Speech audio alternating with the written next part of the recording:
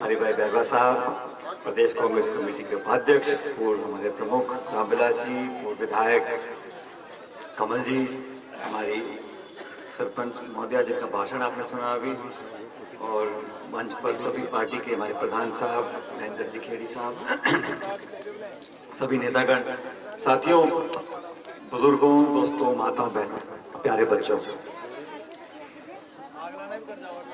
आप सबको पहले तो मैं धन्यवाद देना चाहता हूं कि विधानसभा चुनाव में आप सब ने पूरा सहयोग किया और हम कांग्रेस पार्टी विधानसभा क्षेत्र टोंक से अच्छे बहुमत के साथ हम लोग यहां से जीत कर गए। टोंक जिले में 4 में से 2 सीटें हम लोग जीते और प्रदेश भर में भी जो परिणाम आए, ये बात सच है कि हम लोग सरकार नहीं बना पाए, लेकिन बीजेपी और कांग्रेस का जो वोट का अंतर था वो कोई 1-1.5% वोट है, तो बहुत ज्यादा अंतर नहीं रहा। कि मुझे खेद है कि हम सरकार नहीं बना पाए और दुर्भाग्यवश पिछले 30 सालों से ये चल रहा है, 5 साल बीजेपी सरकार, 5 साल कांग्रेस की सरकार, और इस बार तमाम कोशिशों के बावजूद भी हम लोग सरकार नहीं बना पाए। लेकिन फिर भी आप सब लोगों ने बहुत सहयोग किया, सभी समाज के लोगों ने, हर धर्म बिरादरी जाति के लोगों ने बढ़ चढ़कर कांग्रेस पार्टी की मदद करी और एक मजबूत विपक्ष आज प्रदेश में मिला है। आप जानते हो, सरकार बनने के बाद एक विधानसभा चुनाव हुआ जो उपचुनाव था, वहां पर हमारे कांग्रेस के जो विधायक थे सरदार गुरमीत सिंह कुन्नर साहब, उनकी मृत्यु हो गई बीच चुनाव में, तो एक और उपचुनाव हुआ सरकार बनने के बाद। अब नियम यह बोलता है जब उपचुनाव होता है तो प्रत्याशी नहीं बदले जा सकते, जिसने नामांकन भर दिया वही उपचुनाव लड़ेगा, लेकिन जिसकी मृत्यु हो गई उसकी जगह आप कोई नया व्यक्ति आ सकता है।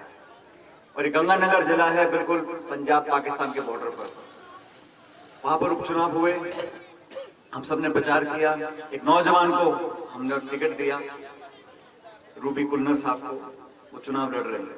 जो बीजेपी के उम्मीदवार थे, बीच चुनाव में आचार संहिता लगी हुई है, चुनाव चल रहा है, और आचार संहिता जब होती है आप जानते हो, किसी एक मास्टर की, किसी एक हवलदार की आप पोस्टिंग नहीं कर सकते क्योंकि आचार संहिता लगी होती है। उस बीच चुनाव में सारी नैतिकता को तार पर रखते हुए बीजेपी के उम्मीदवार को इस सरकार ने मंत्री बना दिया, उसको शपथ दिला दी चुनाव से पहले, और 10 दिन के बाद वोट पड़े। जब वोट पड़े तो वहां की जनता ने कांग्रेस पार्टी को वोट डाले, उस नौजवान को जिताया और मंत्री हार गए। वो मंत्री 10 दिन के मंत्री बने।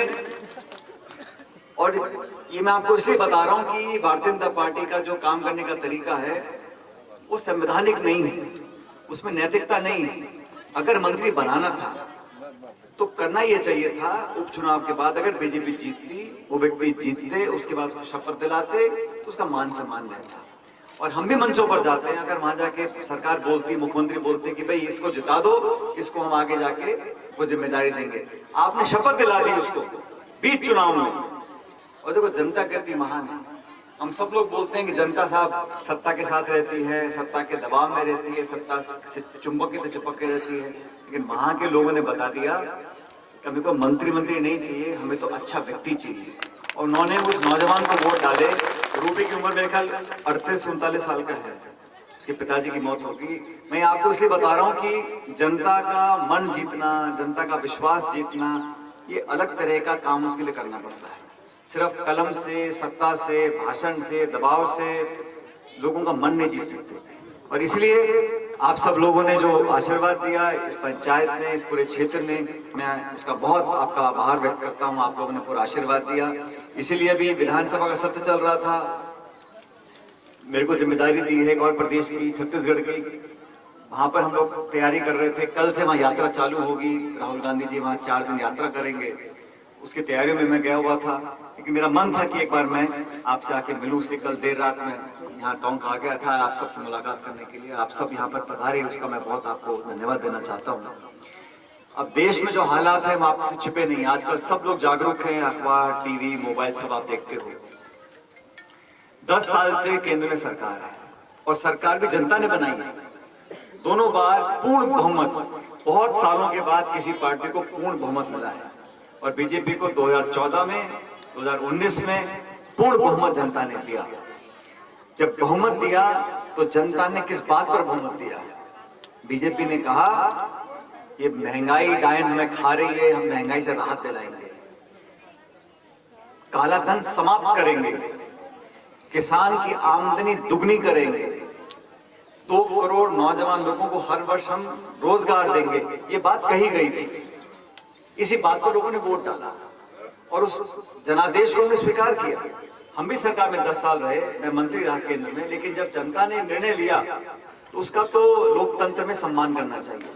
लेकिन दुर्भाग्य यह है कि 10 साल बीत गए, जो बातें कही गई, जो भाषण दिए, जो वादे किए लिखित में बीजेपी के मैनिफेस्टो में, उन सब कामों को करने से संकोच किया और नारे देते गए, digital India, stand up India, fit India, yoga India, मतलब सब काम कर दिए, नोटबंदी कर दी, जीएसटी लगा दिया। लेकिन जो किसान खेती करता है, जिसको बीज लेना पड़ता है, खाद देना पड़ता है, ट्रैक्टर चलाता है, बिजली का बिल भरता है, उसके क्या हालात हैं? कोई कहे ना कहे, लेकिन मैं जानता हूं किसान का मन आज पीड़ित है, क्योंकि जितनी आमदनी उसको होती है उससे ज्यादा खर्चा हो रहा है। हमारे नौजवान जो शिक्षित हैं, जो पढ़े लिखे लड़के लड़कियां हैं, उनका भविष्य आज तो बहुत सुरक्षित नहीं है।